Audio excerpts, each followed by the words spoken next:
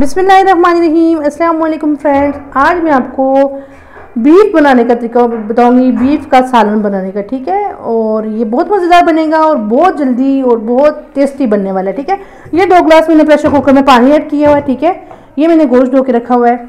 ये तकरीबन हाफ़ के जी है, मेरे ख्याल में हाफ़ के जी है। ओके, और उसके बाद ये सारा मैंने धो के रखा था इसको।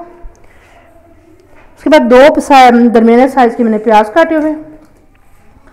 ठीक है, ये बहुत मज़ेदार बनने वाला है और टेस्टी बनने वाला सालन है।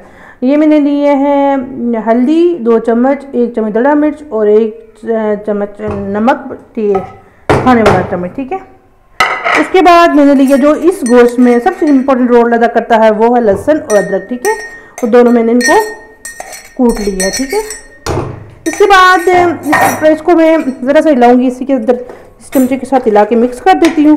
फिर मैं इसको कुकर लगाऊंगी तकरीबन 15 मिनट के लिए। ठीक है, ताकि गोश्त अच्छे से गल जाए। उसके बाद मैं इसमें ऑयल और टमाटर ऐड करूँगी। मैं आपको जल्दी से 15 मिनट के बाद मिलती हूँ। ओके जी फ्रेंड्स, देखिए 15 मिनट कंप्लीट हो चुके हैं। पानी खुश्क नहीं हुआ था, पानी थोड़ा सा मैंने निकाल दिया है। अब मैं इसमें ऐड करूँगी टमाटर, तकरीबन 4 टमाटर मैंने इसके बड़े बड़े टमाटर मैंने काटे हैं।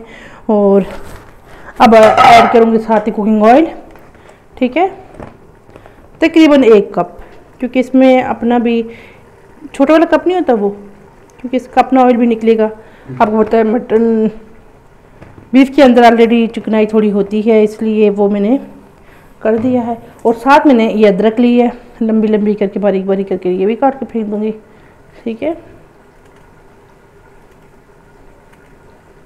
और साथ में अब इसको अच्छे से फ्राई करूँगी। ठीक है,